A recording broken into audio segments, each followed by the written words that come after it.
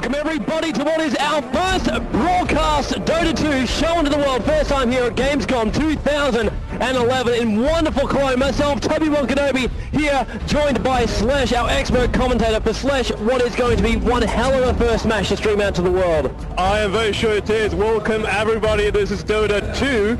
And we're here for the international, the $1 million tournament. And this is the opening match, guys. IG against eHome, the current powerhouse against the former 2010 eHome were owning the shit out of everybody. But nowadays, IG they've proven to be probably the strongest teams out there in terms of raw power. And we are now into our captain's mode. This is how it looks like, guys. Bans and picks coming up. eHome have the first ban. And Toby, which one did they ban? There we go, Windrunner and Beast must take it out. Also to explain out for everybody here, because this is actually a great time in our world, because all those Dota fans who are out there going, you know what, this is Dota 2, this is what we've been waiting for. There's a lot more people out there as well going, Dota, what is it? This is it. So don't worry, guys, we're going to walk you through this in case you go, hang on, I'm not quite sure what goes on. So the way Dota works with the drafting mode, to actually let the teams put in some form of strategy for the heroes that want to go, you have 2 bans per side, then you have 3 picks per side, another 2 bans per side, and then another 2 picks per side. Basically giving you abilities to cancel out those heroes which you don't want to see and who are going to basically affect your strat, Slash. Yes, that is actually correct. As we actually see for those guys who may be familiar with, who are familiar with Dota 1 but have not seen Dota 2 yet, this is Earthshaker being banned out by eHome, and Anti-Mage actually being banned out by IG.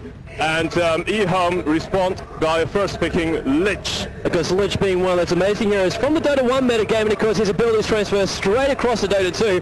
The ability to control the lanes, hold them in close, and it all comes down to one ability, the Ritual, man.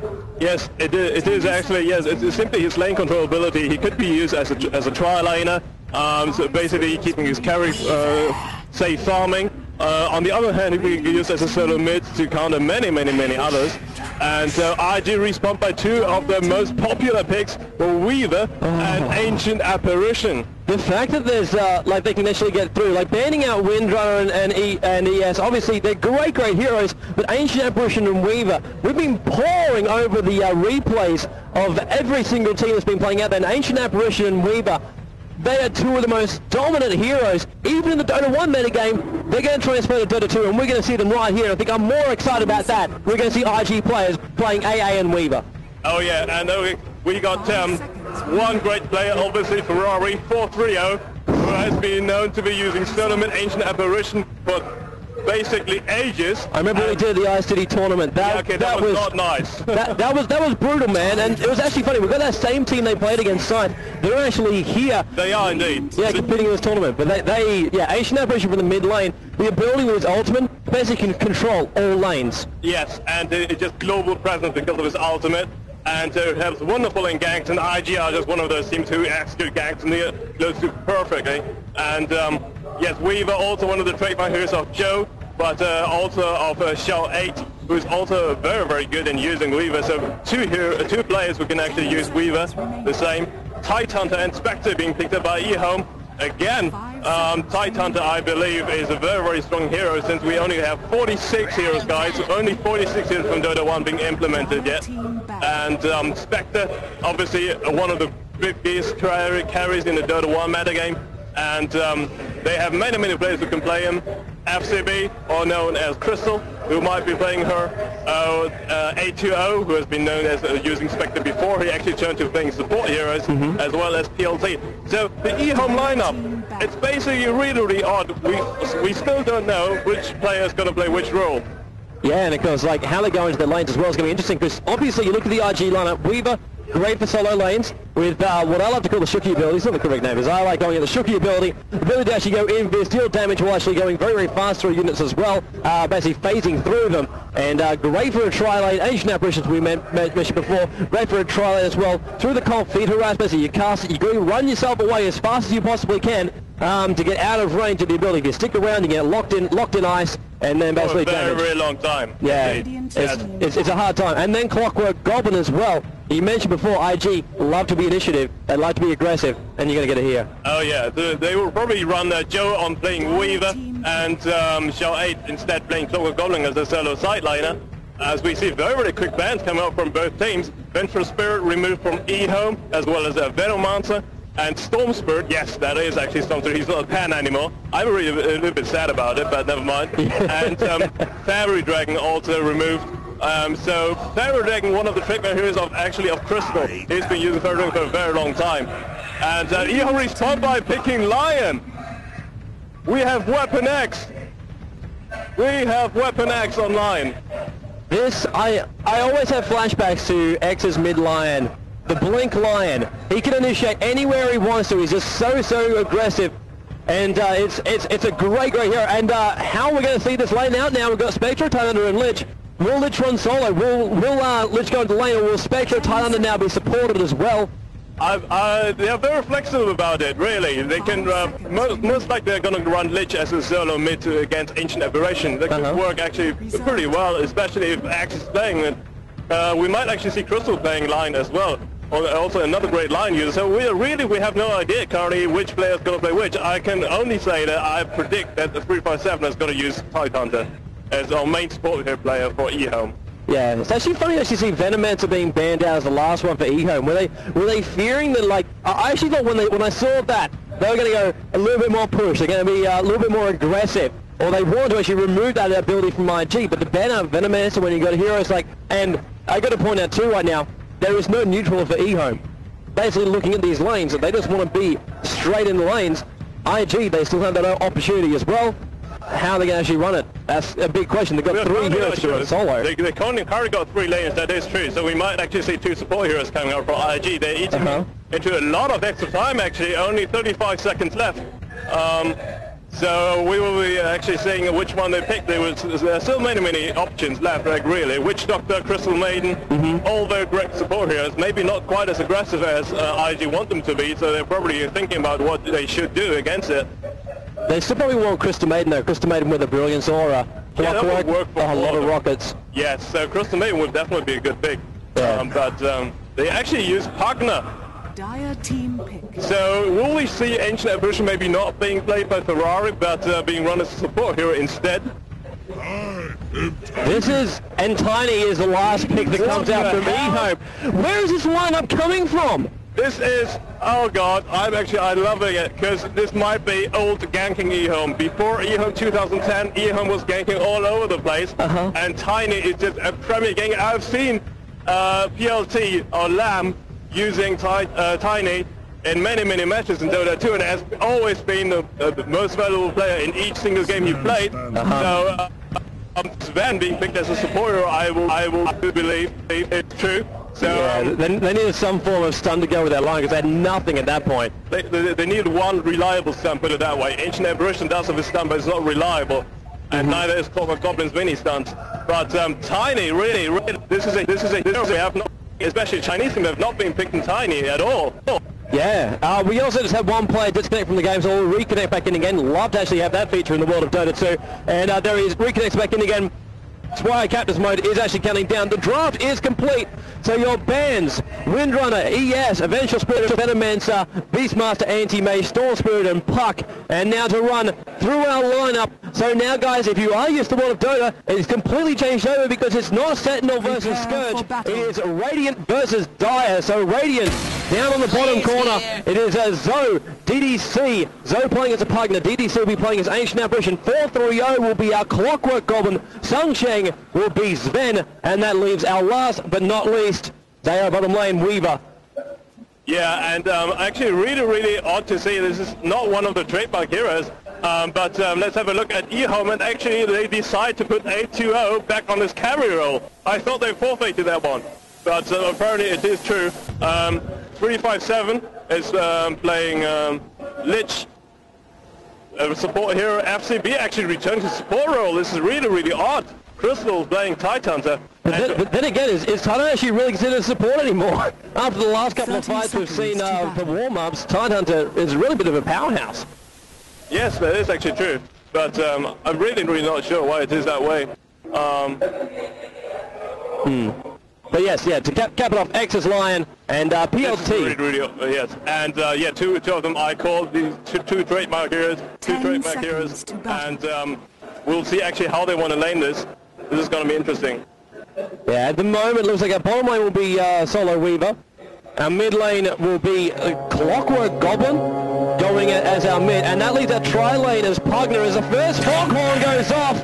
The game is underway, the creeps will spawn. The game does start before that point, but the foghorn is always kind of that official start, man. Looks like our top lane gank is going to be set up here by IG. They did pick up that double damage rune, and that'll be for Ancient Apparition. Tiny, let's see solo bot. This is really odd. So to side Tiny, really? Against Weaver, he's not going to have an easy time, I believe. And then we got Lich and Spectrum. It's like the meta book has just been thrown out the window at this point. What the hell's going on, man?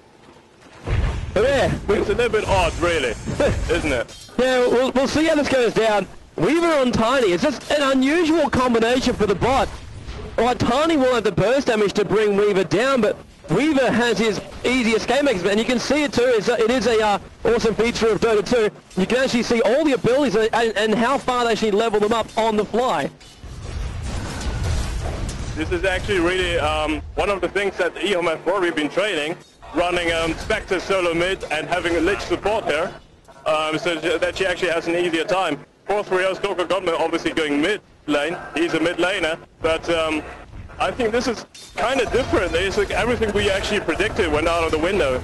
DDC on Ancient, we've seen it a few times, and Joe actually not playing hardcore. This is very odd as well. Yeah, it seems like everybody just wants to go into a completely different role. But yes, we will see how it actually works out in the end. At the moment, both teams actually been pretty damn defensive.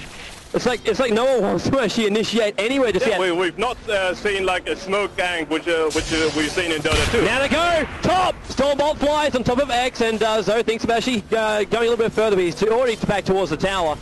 So Sunshen, the first well, actually really the only aggression we've seen so far, bar this one-on-one's bottom lane up against Tiny. But yeah, both these teams, have been massively, massively, massively defensive. It is actually true.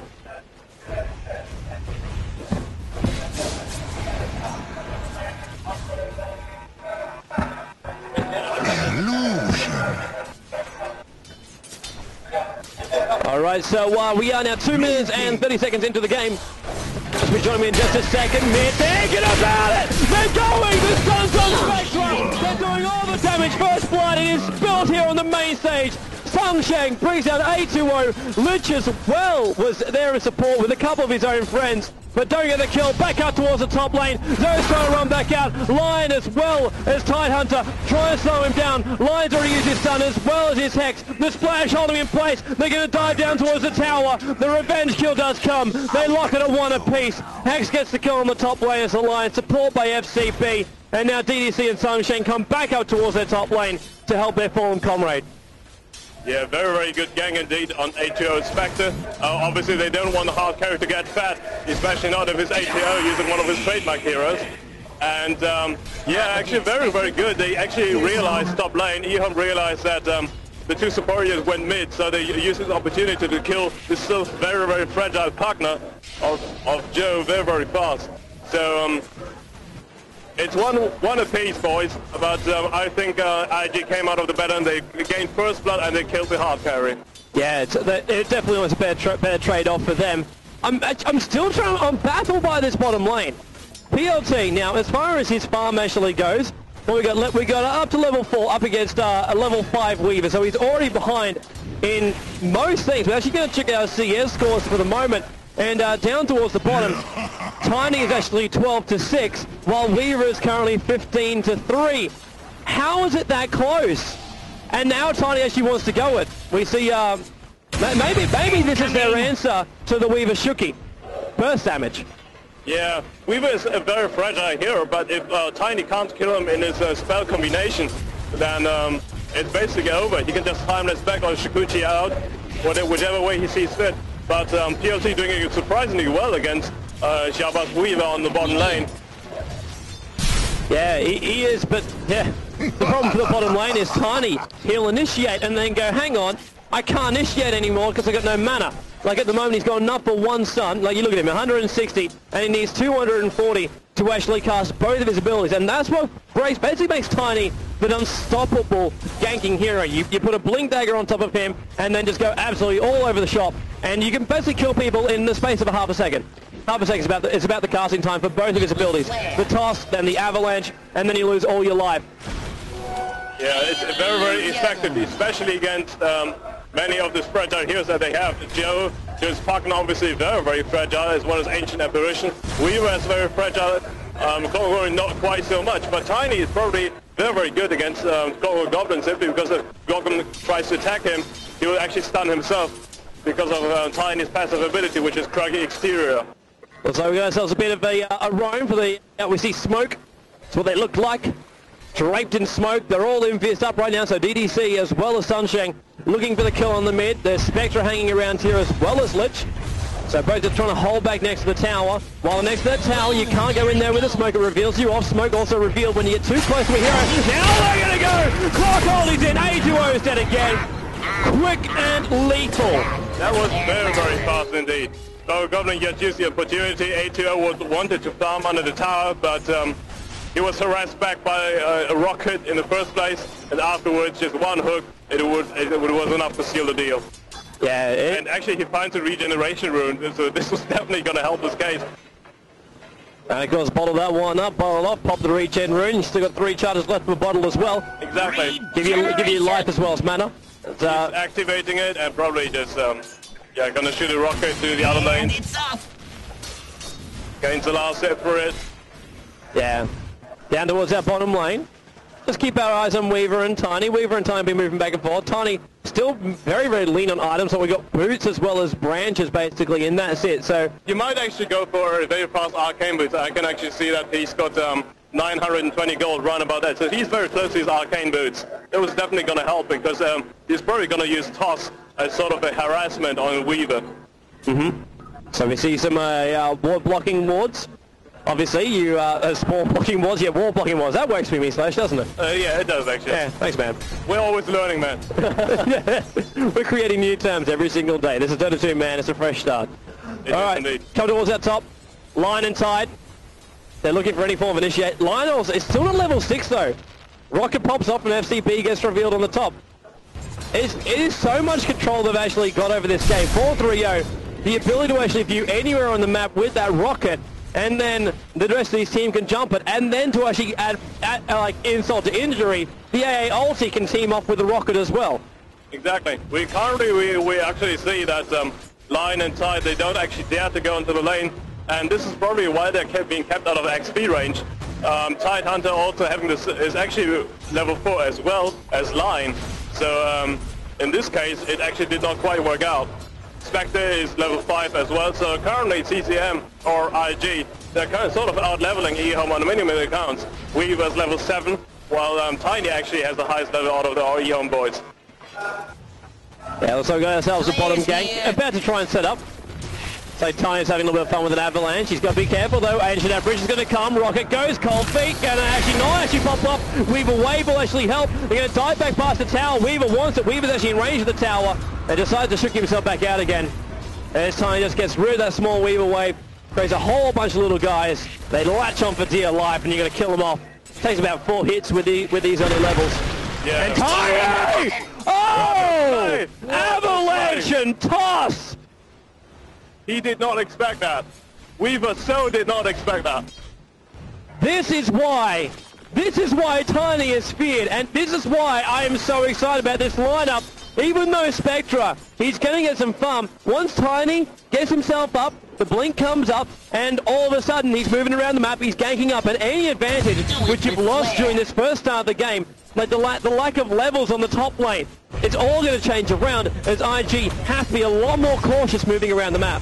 I do believe that actually this is what eHome they're counting on. They use Tiny as a sort of a distraction for A2 actually to farm with his Spectre and gaining kills in the process. But well, I'm a little bit worried about that Lion. He's just hit 6, but he's still not been ganking around. Yeah, now we see a ward, so maybe they're actually setting up for an FCP, actually dropping that observer ward, just so they can see around. They're not going to see, however, the smoke Sung Shang and 4-3-0 coming in, and they're going to find him! Oh! kill. Time, wrong place, wrong time, wrong bad channel. Ash comes in. What a start. Gets enough time for a bit of a splash. Fingers up and forth. But Tiny's here. Oh, it's an avalanche. It's a toss as well. He's picked up Croc. The dagger from the Haunted Inspectra. They're going to try and chase down Zoe. They've got a Titan for us. Where is it? One more toss. X is tossed. X is there. X impales. X gets the kill. 3 for 1. And DDC. DDC's not over the set. Lynch is coming in. He's running down. Tiny's still alive. DDC trying to retreat back out again. Being home. All these guys, they are not called legends for nothing. They've not been thinking that. This is ganking you home, boys. Ganking you home is actually back. X picks up a double kill. This will definitely have his case to get a very, very fast dagger. And so he can actually gank non-stop with Tiny together. And a very, very timely assist by 357 there, coming in to save Tiny's arse. And FCB, he sacrificed his life for the greater good. Basically traded his life for 4 of IG's people. Yeah, that was amazing play by Ehome, but they've got to keep this up. That's one fight. That is one fight. But the way Ehome's lineup goes, there needs to be more. They need to have more magic like that. The fact that Tiny didn't die, I think, is basically giving them an extra leg up in this game. But it's not enough to actually win and actually run all the way home. Now 8-2 is going to realize there's a ward up there too. He checks for the creep ball, but he actually can't get it. Yes, but 8-2, he's already finished up his Vanguard. So this is definitely going to make him a little bit tankier and less susceptible to ganks. See, Weaver just run himself back out of that bottom lane. Tower starts getting attacked and Tiny's instantly down there. The fear of PLT right now. The fear of PLT.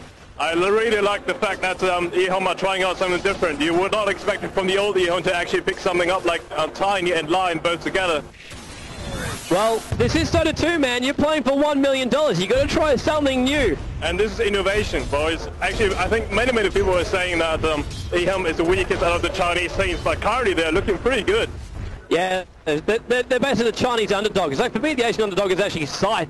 But I'm looking forward to seeing them play a little bit later with their legends returning as well. And this is a brand new world, guys. This is Dota 2, and it's a very aggressive world too. Like the Valve developers, they knew this with the heroes and saying, heroes, we actually want to kind of aggressive. We're heroes. Basically, let's go all out, top each other. MSK, lose, cool to well. And only ganking lines far better, and it should be like that we would do. So it's sort of promotion thing as well. But they both falling a bit of a lag. I hope this will be red. He also calls a big lag as well. They should still, but though there might be a little bit. But it's actually a poor. I'm not calling it.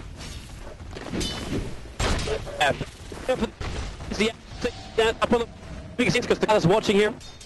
357 actually saying that he can't move. Yeah, 357 says that. Well, he can move, but not very well apparently.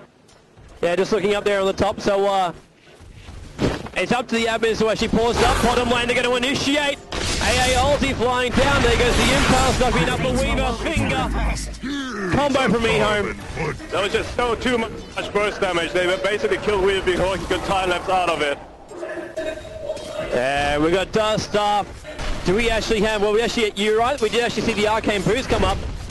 Tiny still hasn't got that blink though. 13 minutes in though, so it's not surprising. It's not surprising, but he's already got a 1.5k in the bank, so he should not be too far off it.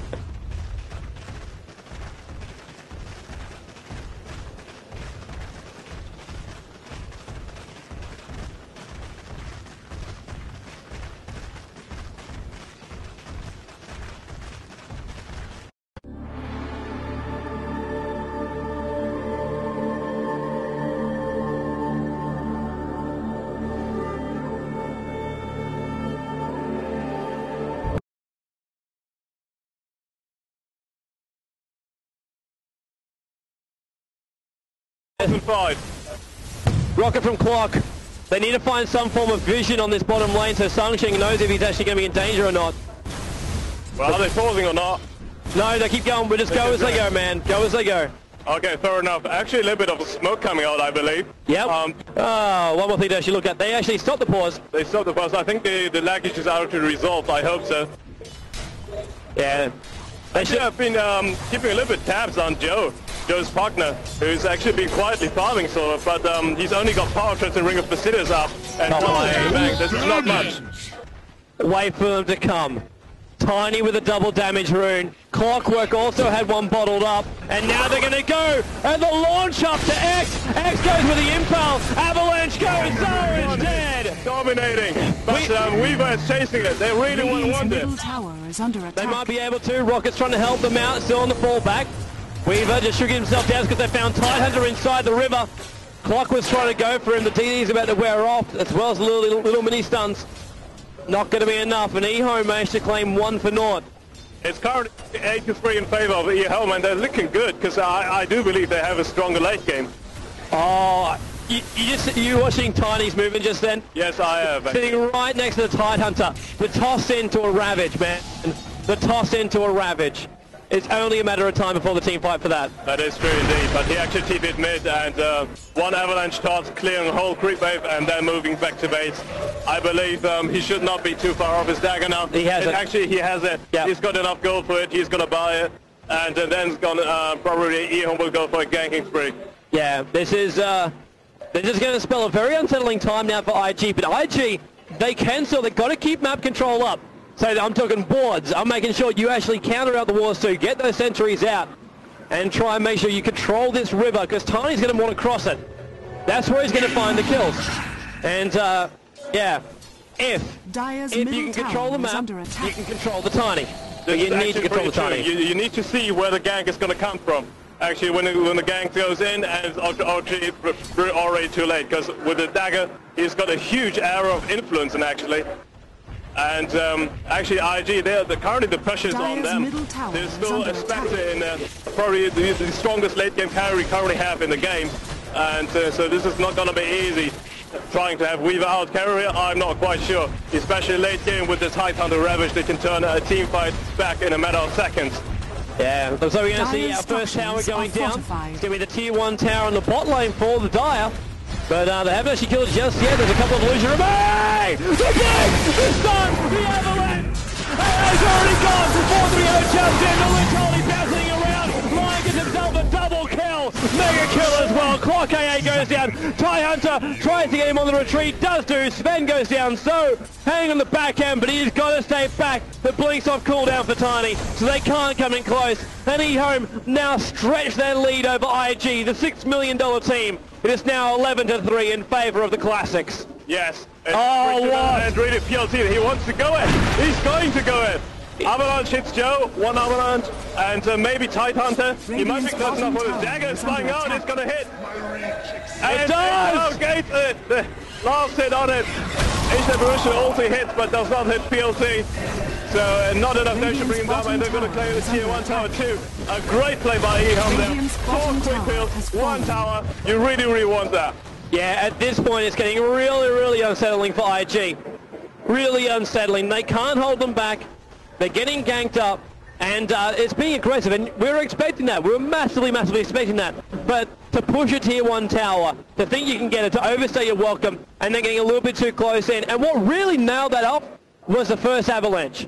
Yeah, that is true. The big damage. It hit 2, and Avatar's basically just instantly hit Weaver down to around a third of his HP. He needed to time his skin, but Ancient Apparition died doing that already. So Ancient Apparition, he had no impact in the game, and Lich just bounced perfectly in it. And Axe getting a mega kill and double kill. So I'm not quite sure, but maybe his line already has his dagger up. It's quite possible. We'll just he actually went for 4 stars. Yeah. He actually went for 4 stars, very a little bit more safer, so to speak. And actually, as a defensive too. Yeah. Can't see it. Is it great? So you get tossed in 4 stun. It's not like an escape blink or a strike from the sand. Yeah, sort of. The mass amount is wide big, and online. That pass, and then you can see across the corner of the map with just and And this is so easy, but when you got... Curry is, they have two this year. I'll be picking up an illusion where actually Crystal, these Curry doing quite a good job actually, as they're playing support. 4-3-0 aggressiveness. 4-3-0's got to be careful. Lions trying to come down. They're on the chase. They're on the chase. They won't keep going though. The nuclear wave's on the way. Yeah, and Battery Soul was still on it, so it was difficult, very difficult to actually nuke him down, especially because he's pretty tanky. Yeah, checking out Weaver right now too. Want to actually see how he's actually been going. At the moment, we do actually see the Vitality Booster and Hooded Defiance up for him. Still no Radiance at 19.